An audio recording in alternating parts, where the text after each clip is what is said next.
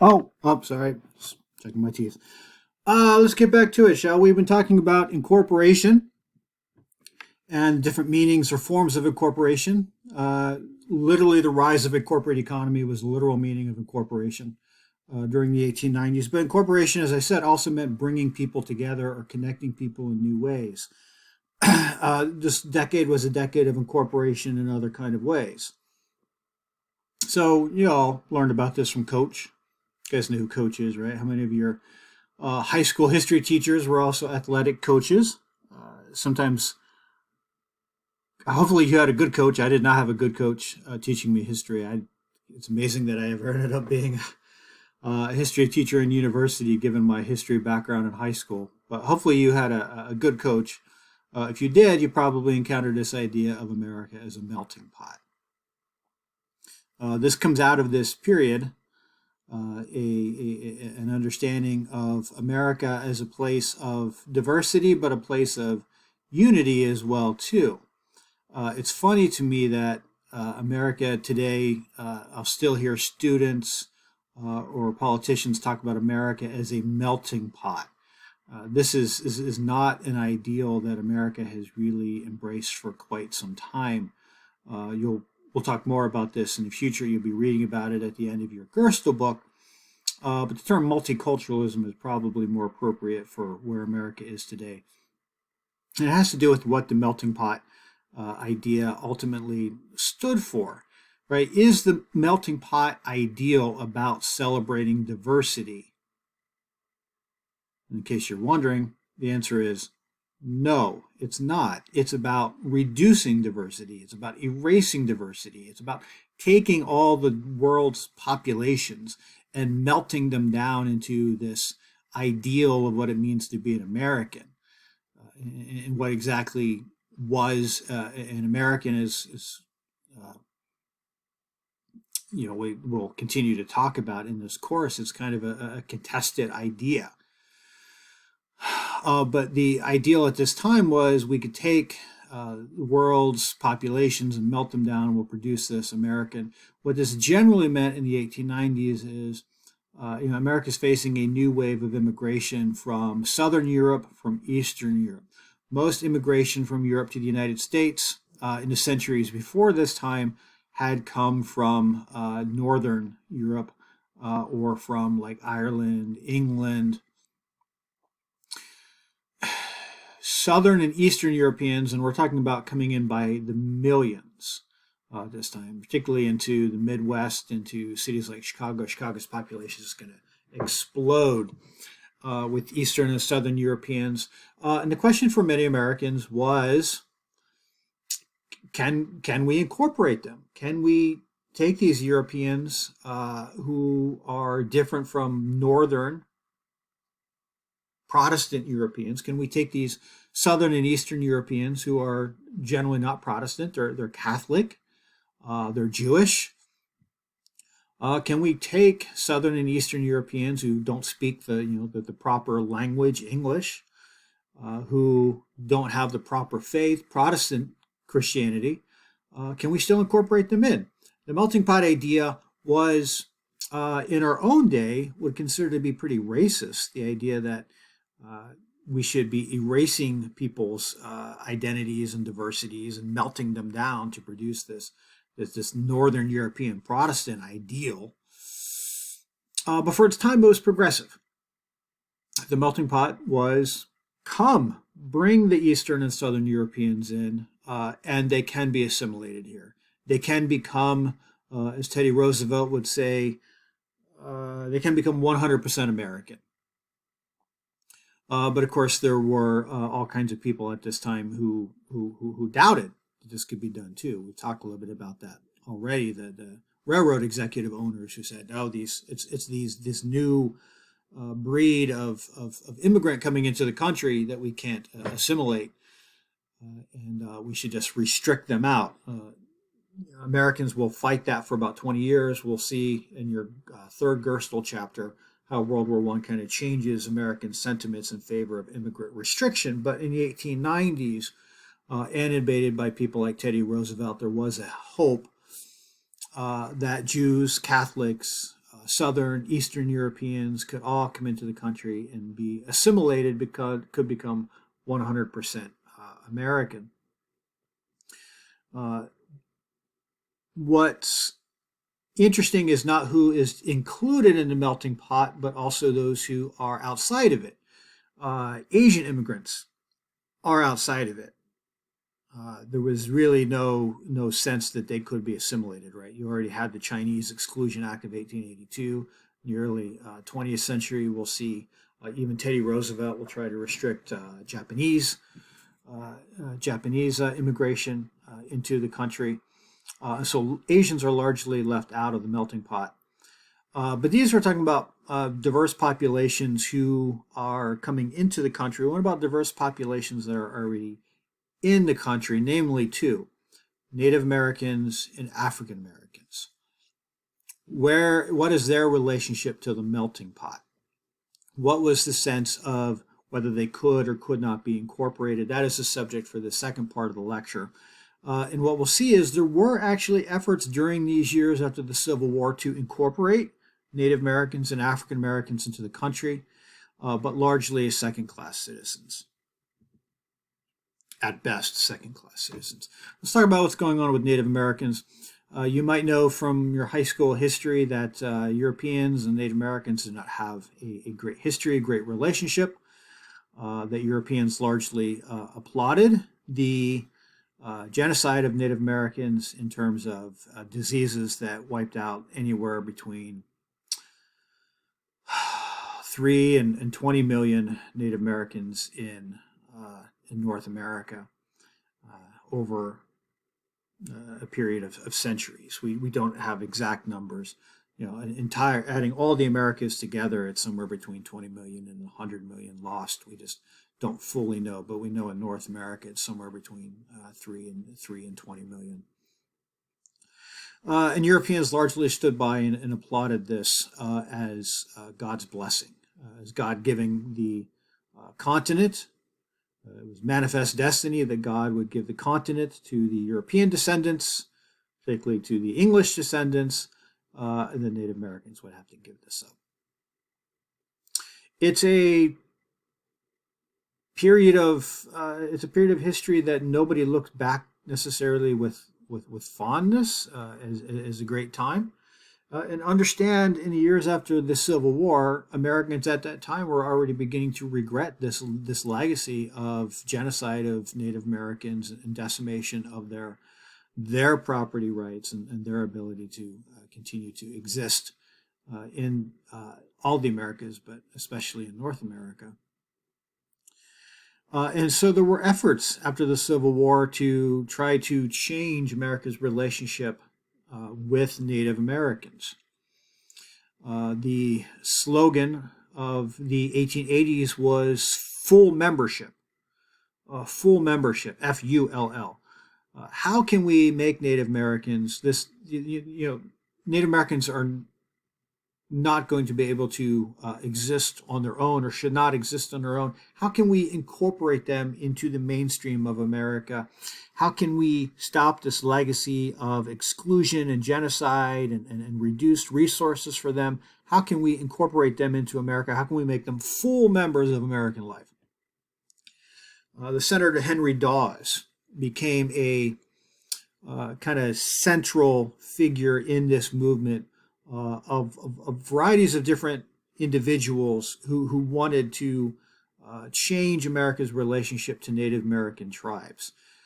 For some people lobbying Dawes, it was for humanitarian reasons, believing that a great injustice had been done to Native Americans. We needed to figure out a better, more just way for them moving forward. For other people were lobbying Dawes to basically take Native American lands, to secure more lands, tribal lands, particularly out west, away from Native Americans. So there's it's not all of a cynical land grab. It's not all kind of a humanitarian push around Dawes, but there are conflicting forces wanting to change Native American status in North America. This will come to a head in 1887 with the passage of the General Allotment Act, or as is more popularly known, the Dawes Act, as the person who championed this. The idea behind the General Allotment Act, and understand its significance, this would be American policy towards Native American tribes from 1887 all the way till 1934. The idea was to make Native Americans full members of American life. So, what was laid out before Native American tribes is, as you show that you can be good Americans, the government will give you a general allotment, hence the title of this, will give you a general allotment of land. As Native Americans begin to become American, become melted in, incorporated, what have you, they would receive these general allotments of land by which they could become, independent. Farmers, or I think the idea was that the tribal way of life would be broken up, and Native Americans would begin to develop more of a nuclear family type model that the Europeans largely practiced in the 19th and 20th century. And Native Americans would accommodate to this. And so this was the hope, was to force Native Americans to give up tribal ways of life, again, to melt those differences away, and to incorporate them into the mainstream of American life, and give them property. Wherever does property come from? It would come through the government breaking up the tribal lands and divvying it out to Native American individuals and families. Problem is, what exactly did it mean for Native Americans to be an American, and who exactly determined when Americans had achieved when Native Americans had achieved Americanness? It's a long history of the United States calling Native Americans to westernize, to Americanize, to adopt English and private property, and on and on and on. With the promise that, hey, as you guys start acting like good Western European Americans, we're going to leave you alone. And that hadn't happened. The Trail of Tears in the 1820s and 1830s was all was driving Native Americans out of the eastern part of the United States into the Midwest and the West. And the tribes that were driven out were known as the 5 civilized tribes. They were tribes that had accommodated American ways of life. The Cherokee became so American they were even slave owners in the 1820s and 1830s, and still they were dispossessed of their land.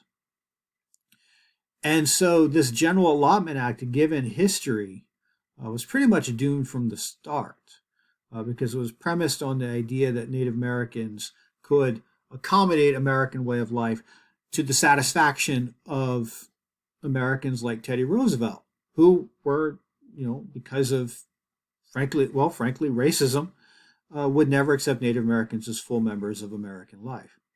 And so the General Allotment Act was kind of flawed in its premise, because very few people believed Native Americans could become full members or become full Americans, no matter what they did. Even those Native Americans who did as much as they possibly could to try to westernize, Europeanize, Americanize, whatever you want to call it, try to melt into the mainstream of America, they still were not accepted. And so the legacy of the General Allotment Act during these years ended up just being a tremendous land grab.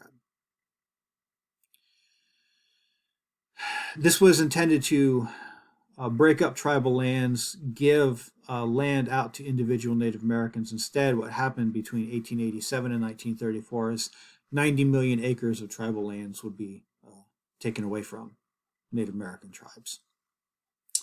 This was intended to provide a home, or more permanent home, a chance for mainstream meltingness into America. Instead, 90,000 Native Americans were made homeless under this act.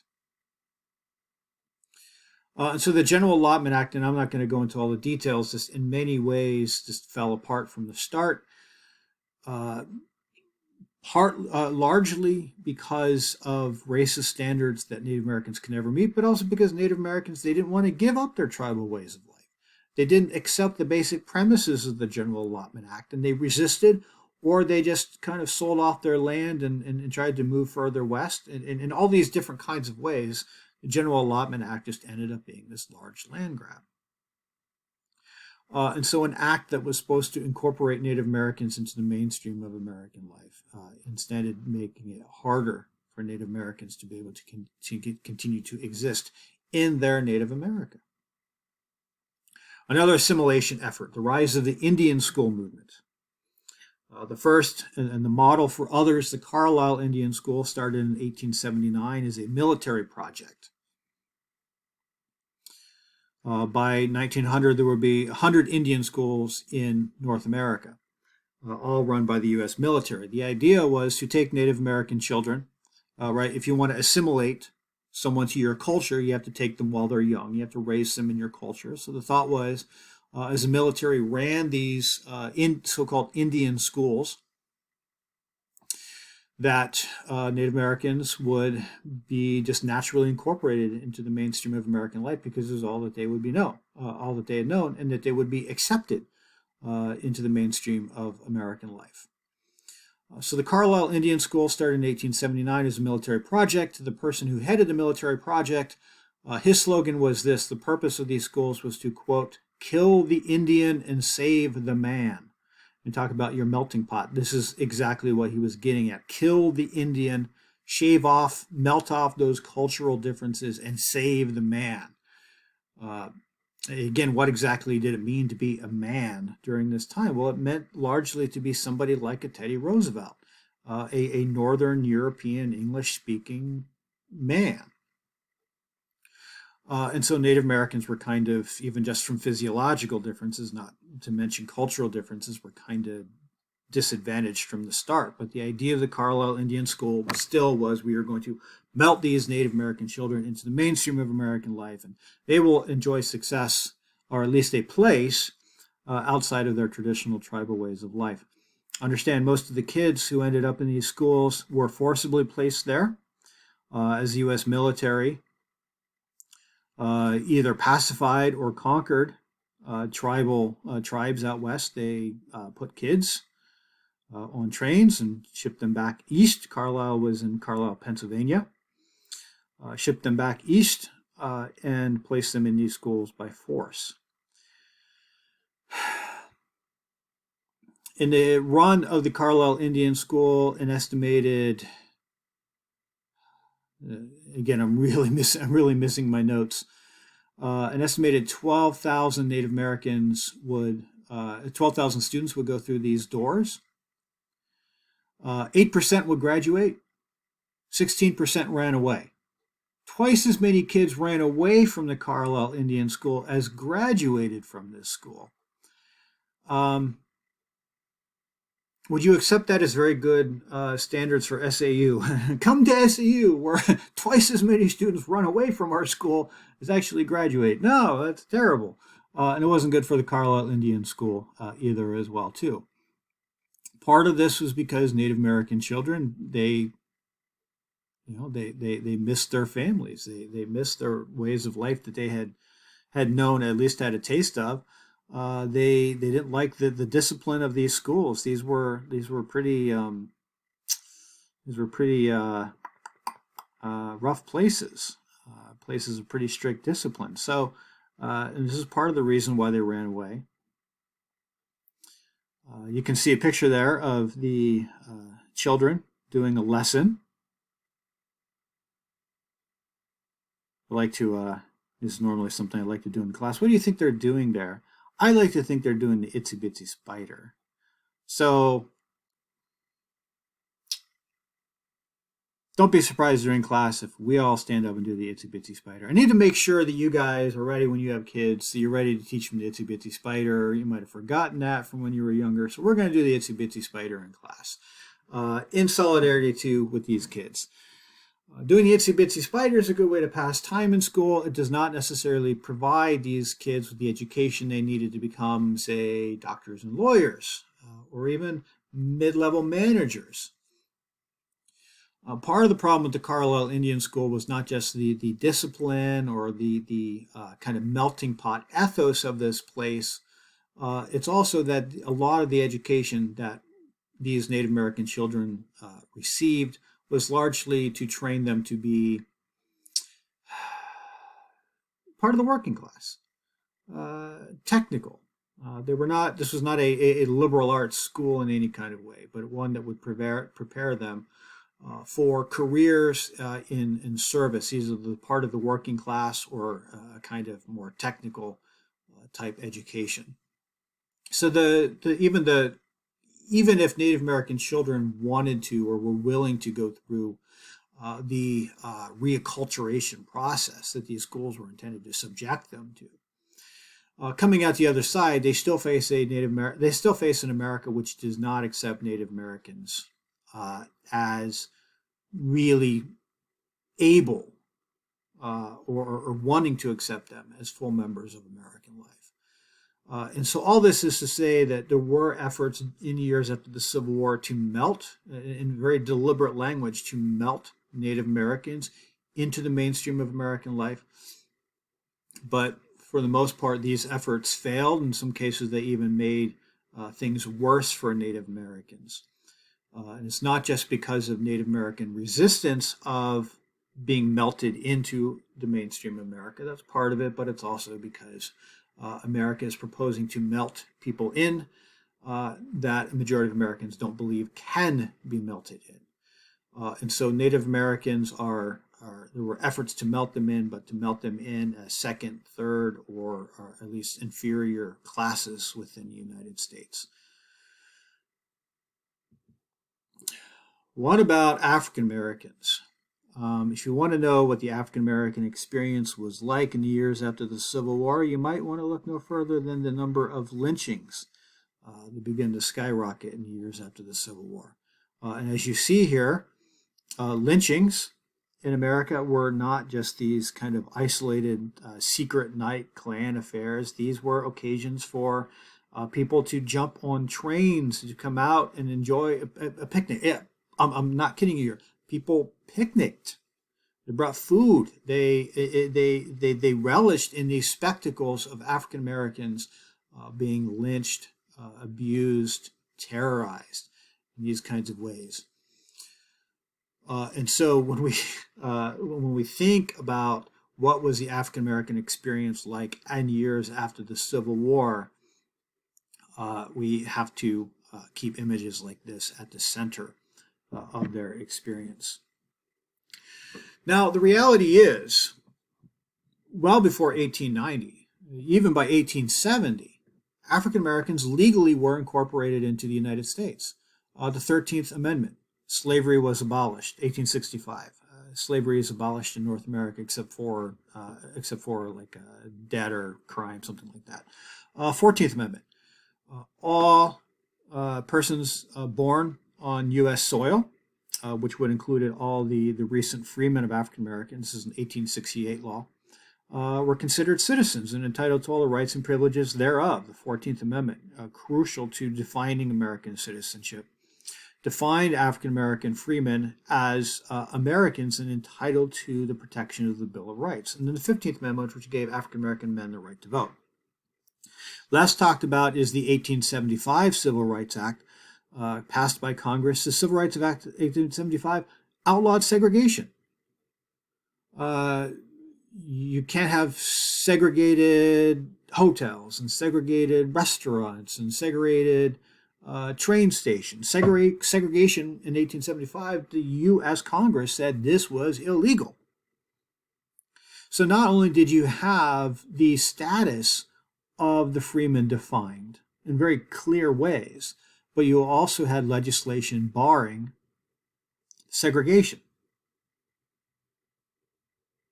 So in a legal sense, African Americans were incorporated into the mainstream of American life even before Reconstruction ended. And so the obvious question for us was, what happened? What went wrong? We know that it's one thing to pass a law, it's another thing to enforce it.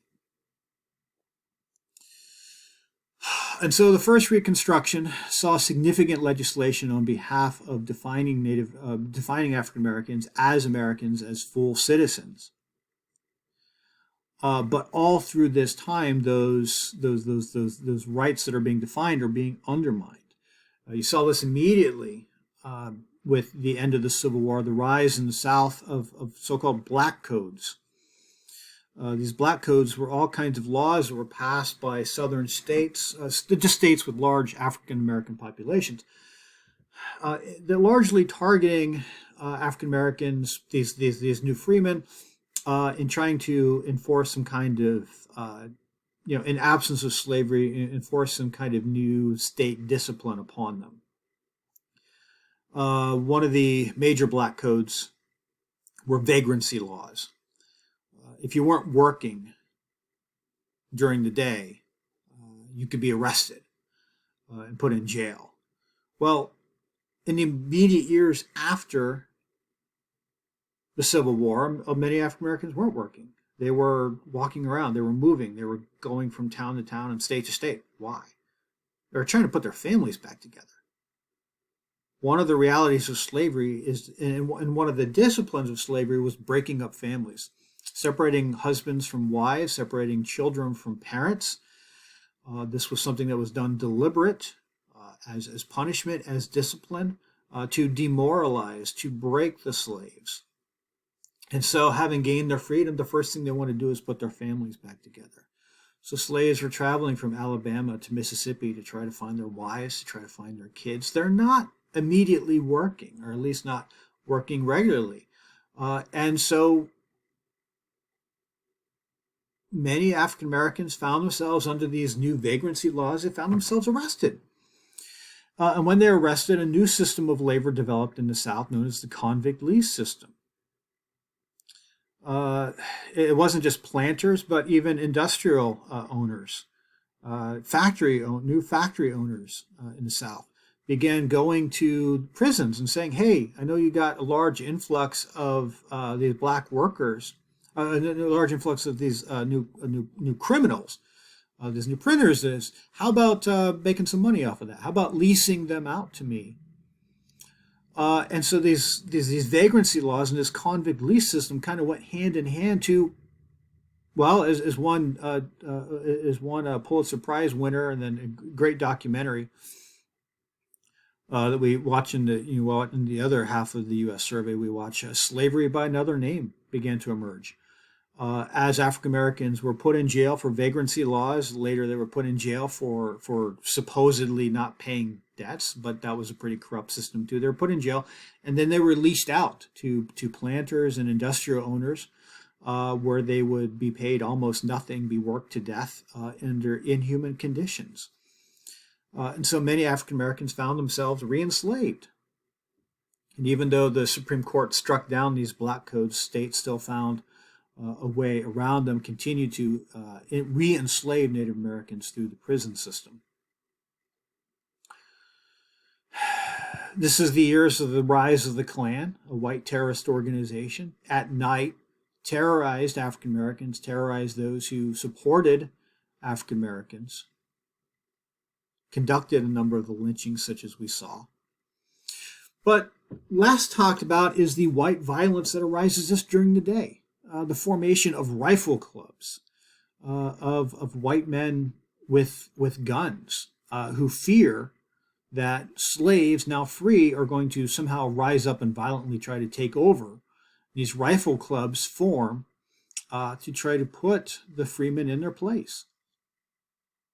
It's not just happening at night. It is open season of racial violence visited upon African Americans in the late 1860s and 1870s.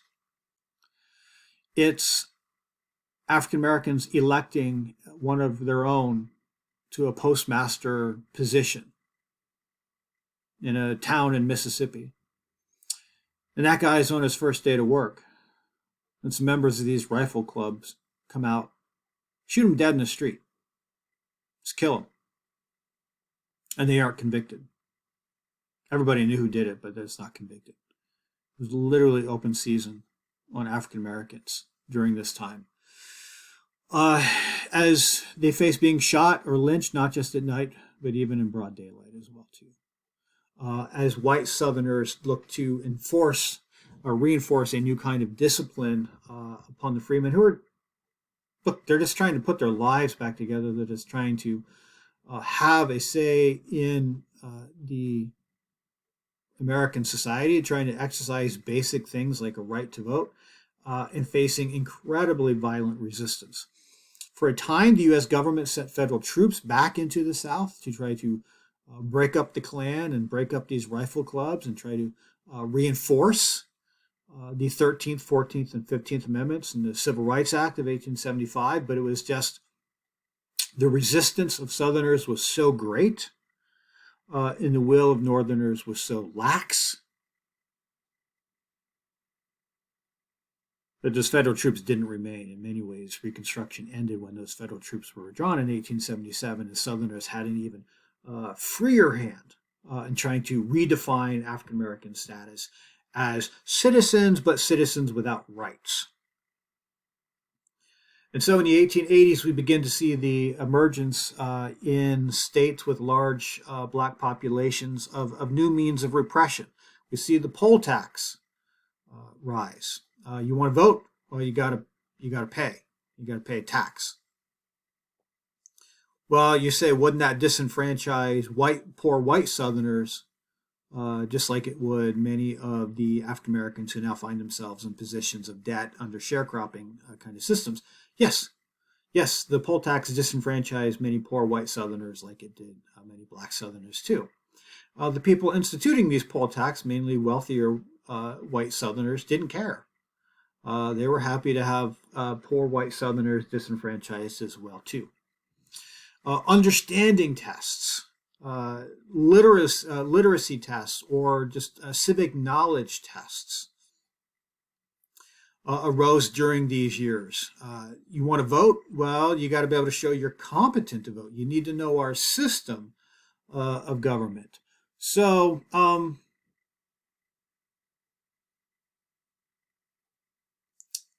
I guess because it's a lecture, I usually pick somebody in the class, but I guess I can just pick all of you. Okay, so all of you, you would like to vote in the next election? Great. Could you cite? Could you quote from the Declaration of Independence? Backwards. If you really are a good American, you'll be able to cite the Declaration of Independence backwards. So can you do that, please? Oh, you can't? Sorry, you're not competent to vote. Better luck next election. You say, well, wouldn't those kinds of tests disenfranchise just about everyone? Well, there's these wonderful exceptions known as the grandfather clause. Hey, if your grandfather voted, then you're exempt from these understanding tests. Clearly, if your grandfather voted, then obviously his competency passes on to you. Well, whose grandfathers would have voted in America? White people's grandfathers. African American grandfathers, not so much. And so these grandfather clauses were ways of getting around the intent of the understanding test, which was to completely disenfranchise African Americans, and it's working. African Americans understand that when they gained the right to vote, they were putting people not just into local and state politics, but into national politics. Not into the presidency, but into Congress, to an extent that was, even into our own time, was really unprecedented. Now, in the past 5 years, things have changed very quickly in terms of the racial composition of Congress. But it is amazing how much these efforts to disenfranchise African Americans, how much they played even into our own lifetime. At the height of the 19th century, when African Americans had a freer hand in being able to vote, there were a handful of congressmen and senators. I forget the exact numbers. I think maybe there were as much as 6 black senators at one point. When Barack Obama was elected president of the United States in 2008, everyone said, oh, we're post-racial, we have a black president. Nobody was asking, how many black senators do we have? How many black congressmen do we have? Do you know how many black senators we had when Barack Obama was elected president of the United States? 0. because we had had one before that, and his name was Barack Obama. So when he was made president of the United States, the Senate literally had no black senators. Now, to replace him, another an African American was placed him. So then we went back to one. So even in 2008, when we have our first black president, the racial composition of the Senate was more white than it was in the 1880s. All this is to say is that the repressive elements of your understanding tests and the poll tax, the Jim Crow laws, was really remarkable in curbing what was very quickly African Americans exercising their rights and opportunities, provided for, again, by those 13th, 14th, 15th Amendments and the 1875 Civil Rights Act. So we see efforts at disfranchisement. We also see during these years the rise of the so-called Jim Crow laws. And you see Jim Crow, just think segregation. The Jim Crow laws, referring to a kind of famous minstrel stereotype African American character, the Jim Crow. His Jim Crow laws were intended to discriminate against African Americans in terms of schooling, in terms of where they could eat, where they could ride a train or wait for a train, where they could live, just a kind of social, to match the political discrimination, disfranchisement. This kind of social discrimination of the Jim Crow laws is emerging during these years, and you're saying, well, how could states and cities, how could they be passing these segregation laws? There's a Civil Rights Act on the book in 1875. The Supreme Court, by the 1880s, had largely gutted the Civil Rights Act. What they said was, look, the federal government doesn't have the power to tell a business who they can and can't serve.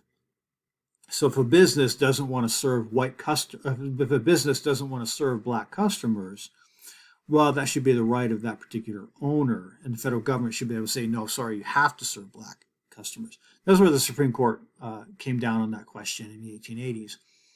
And so states are looking at these cases and saying, well, maybe we can do this.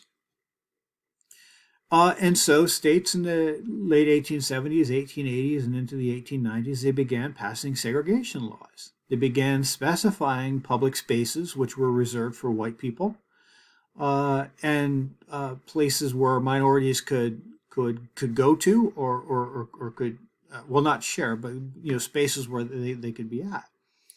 And all through this time, everybody's wondering: is this? Can we really do this? Is this? It's one thing to say, well, we're going to have a white school over here and a black school over here, and they're going to be, equal state funding. That's one thing. It's another thing to put up a sign in a restaurant saying white customers only. That seems to be not an issue of still taking black rights equally. It seems to be an issue of denying black rights in terms of where they can eat and shop and convene and what have you. So can we do this? So states continue to develop these Jim Crow laws, not really sure, kind of waiting for some kind of clarification from the supreme law of the land, and that would come in 1896. Students usually come out of high school knowing a couple of Supreme Court cases. One of those is Brown versus Board of Education in 1954. Brown is usually seen as overturning this decision back here in 1896, Plessy versus Ferguson. Homer Plessy took Ferguson to court, arguing that I forget exactly what the issues were, but essentially denying Plessy, arguing that his rights under the 14th Amendment were being deprived through this segregation law. The Supreme Court in 1896 develops, well, you know what comes out of the 1896. You know this catchphrase, separate but equal. The Supreme Court decides in 1896 as long as accommodations are equal. So as long as the black school is as good as the white school, and as long as the rail car at the back is as clean and convenient as the car up front, that picture you see there of the white gentleman asking the black gentleman to move, that's actually one of the first representations we've in American history of kind of the Jim Crow segregation. And you can see what the artist is doing there, kind of preying on this idea that black men represent a threat to white women. This is how many African Americans found themselves lynched. In many cases, Ida B. Wells did reporting on this. In many cases, black men and white women were having an affair. It was found out, and the white women then accused the black man of rape, and the black man would be raped. So the black man would then be lynched. But this idea of, I mean, it's funny how the stereotypes changed with the end of slavery. The stereotype of African Americans and African American men before, while they were enslaved, was, oh, our slaves are happy and content and docile, and frankly, just not smart enough to really be able to kind of run their own affairs. Then after slavery ends, this new stereotype of sexually aggressive black men that we have to keep under control or else they're going to violate white womanhood emerges. Of course, nobody talked about the realities of white men aggressively through slavery and continuing after slavery, of white men continuing to sexually abuse, rape, molest, murder black women. Nobody talked about that, but the prevailing stereotype underlying Jim Crow was sexual in nature. We need Jim Crow laws because we need to keep these men in check from hurting our white women. Christianity played a significant role in stereotypes as well, too. In the years of slavery, it was Genesis 6.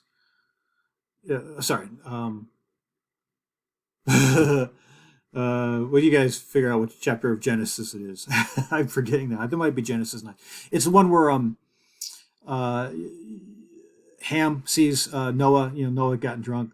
Ham sees him naked and kind of goes and tells his brother, laughs about it and stuff. And Noah curses Ham.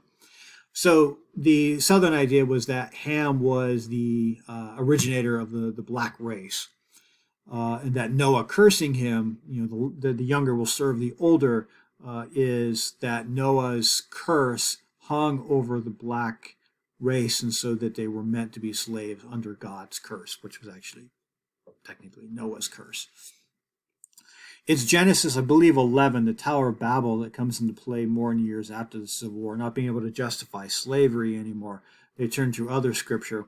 They turn to the Tower of Babel. You know the Tower of Babel, right, where God separates God didn't like everyone building this tower to God, didn't like the pride in that.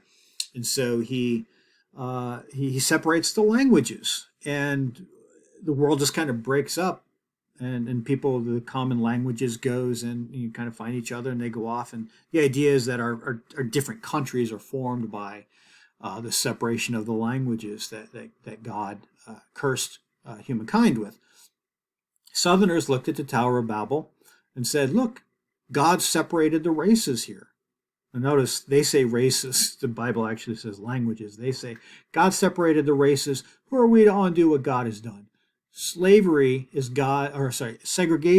God's will, in the way that they used to argue slavery was God's will. Now they're saying segregation is God's will. It was punishment from the Tower of Babel, and we shouldn't be messing with it. This might sound silly to you. Understand, Christian groups were still using the Tower of Babel argument all the way into the 21st century. There's a school in South Carolina, a Christian school in South Carolina, I won't give you the name of it, but they denied admission to an interracial couple in 2000. They denied admission to an interracial couple on the basis that they were violating God's will. And God's will was that the races remain separate. And it doesn't make room for interracial marriage. So this might sound like a silly use of Scripture for you. Understand, it has had institutional, even legal justification, even into your lifetime.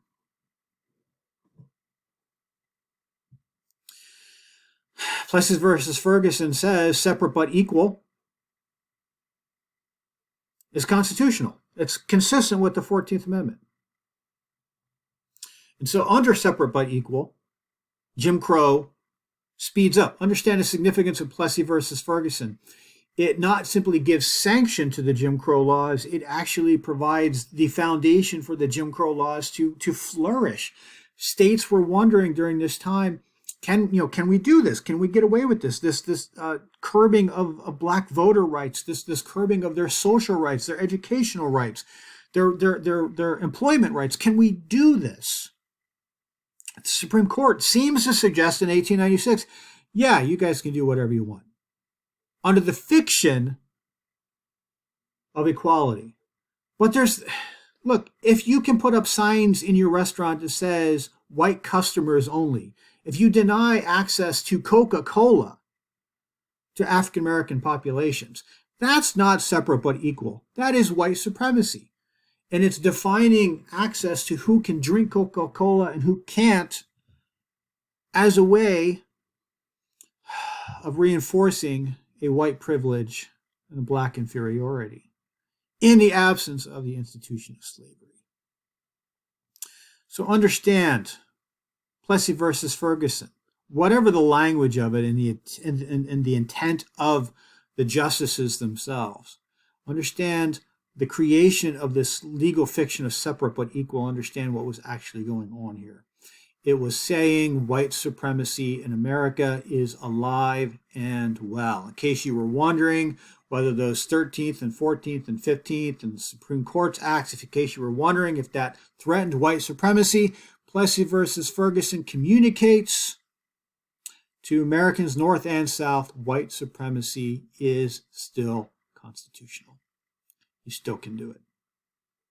And what's amazing about the Plessy versus Ferguson decision is how rapidly and how thoroughly disfranchisement and segregation skyrocket in years after this. In Louisiana, African American voting fell by 96% between 1896 and 1900. By 1900, only 1% of African Americans in Alabama qualified to vote. The pace of disfranchisement, the pace of segregation, the pace of racial violence, of lynching, of incarceration of Black Americans skyrocket in the years after 1896. So it's not like the South built this institution and the Supreme Court came along and blessed it. The South was toying around with this, experimented with it. And the Supreme Court stepped in at a early stage and says, this is all good. The Supreme Court, the Supreme Law of the land says it's all good. You can do this. Between 1896 and 1920, Jim Crow segregation spreads throughout the United States. It would be under the Woodrow Wilson White House between 1912 and 1920 that Washington, D.C., the nation's capital, will become segregated as well, too, under this legal fiction of separate but equal. And so understand the big point. African Americans in years after the Civil War were incorporated too. They were melted into American life legally. But it's one thing to pass a law, it's another thing to enforce it. Not only were the rights of the 13th, 14th, and 15th Amendments and all the other Supreme Court acts, not only were they not enforced, they were systematically undermined and blessed again and again and again by politicians and courts along the way. And so the Jim Crow system, let's call it what it is. It's an apartheid system. It's what South Africa would erect in the 20th century. Americans are erecting it in the late 19th century. It's what Germany would erect in the 1930s for Jews, a ghettoization policy for Jews. It's what Americans did in the 1890s, between 1880 and 1920. And you're saying you're going too far there, Edwards, and comparing us to Nazi Germany. No, I'm not. Understand, Nazi Germany, when they were trying to legally justify what they were doing to the Jews in the 1930s, they looked at American law. They looked at the American South. They looked at Jim Crow. And they said if the Americans can do it, we can do it too. We helped provide the legal fiction for the Nazi ghettoization of Jews in the 1930s. My point is simply this. When we talk about American exceptionalism, understand all countries have some things that are unique to them. Sometimes those things are good, sometimes those things are bad. But a lot of times we just have to say all of us are just like the rest of us. And there's been some very unexceptional things about American history. Some would say that the measure of a democracy is how a democracy treats its minority populations. And I would encourage you to evaluate American history and American culture based on how we have treated our minority populations. Certainly want to suggest we're in a better place today than we were, say, 100 years ago. But it is important for us to reckon with our past. Final thing I want to say is this new system of domination we call Jim Crow is being placed upon Native Americans during these years. Understand African Americans are resisting it with the means that they could. Sometimes students will ask, well, if the South is developing this Jim Crow system and restricting the rights of African Americans, why didn't they just leave? Why didn't they just leave the South? The question is, well, where are they going to go? Where's that state? Where's that place where they're going to have employment opportunities and social opportunities? Where's that place where white supremacy is not kind of normative? And the answer is it's not there during these years. And so, well, there would be a migration of, say, 28,000 African Americans would leave border states like Kentucky, Tennessee, move out to Kansas. If you can think of Kansas as kind of the promised land, some African Americans, the exodusters as they were called, moved out to Kansas in the 1880s, I believe, seeking new opportunities. But for most in the Deep South, they didn't move.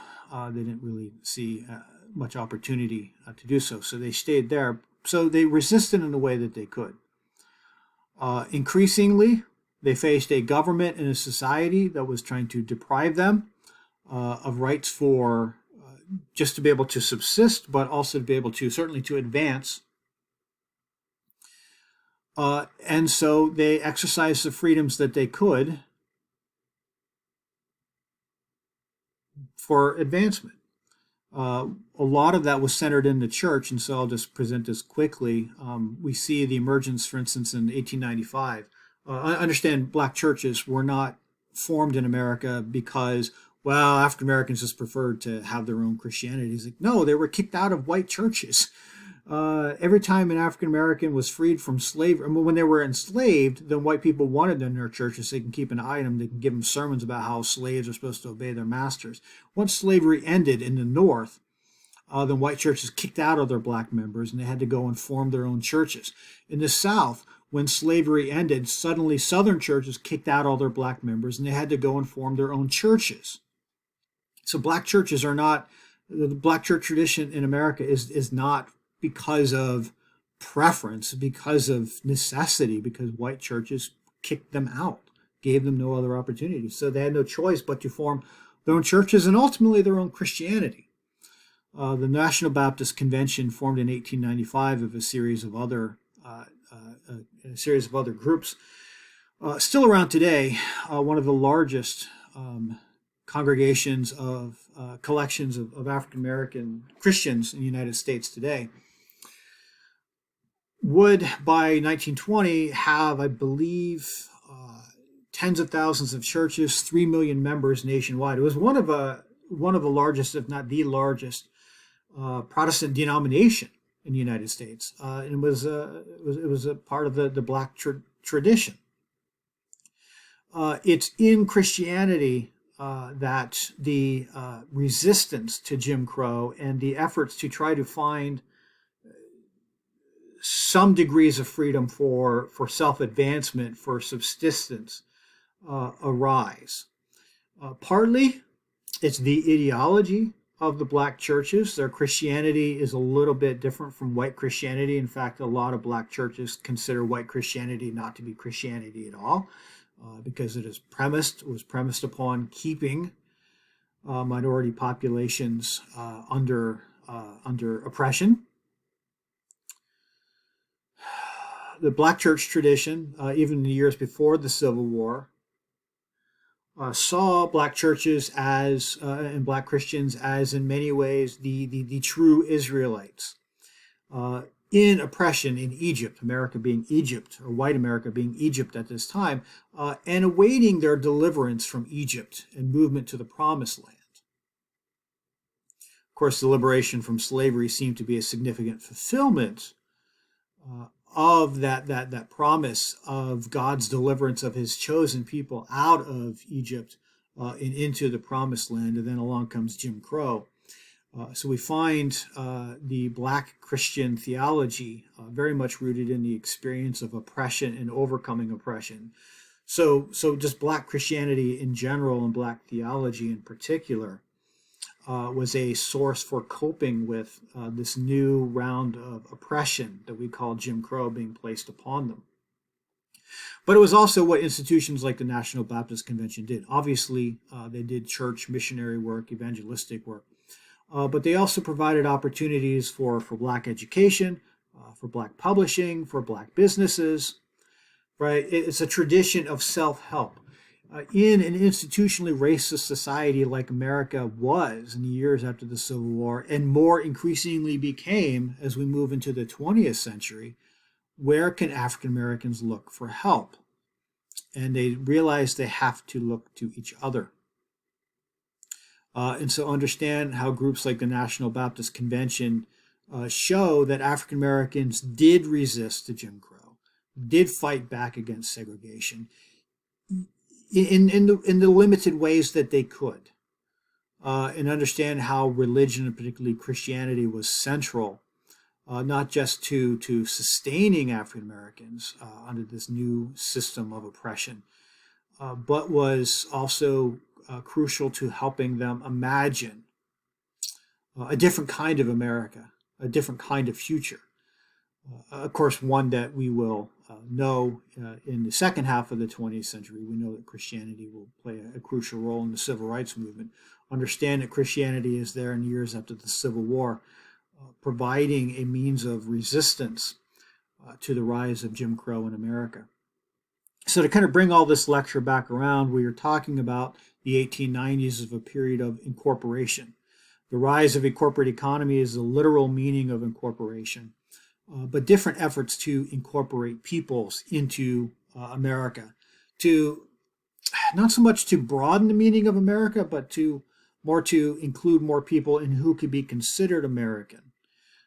And largely that right to become American was reserved for Eastern and Southern Europeans, and not even all Americans agreed with that, right? But those who followed a more optimistic Teddy Roosevelt believed that the melting pot could work. But at the very time that Americans are saying, yeah, we can take these Southern Europeans, we can take these Eastern Europeans, we haven't liked Catholics and Jews in the past, but we think that they can become good Americans now. At the very time in which Americans are broadening who could become an American, they are in many ways rolling the clock back or moving in a different direction regarding Native Americans and African Americans.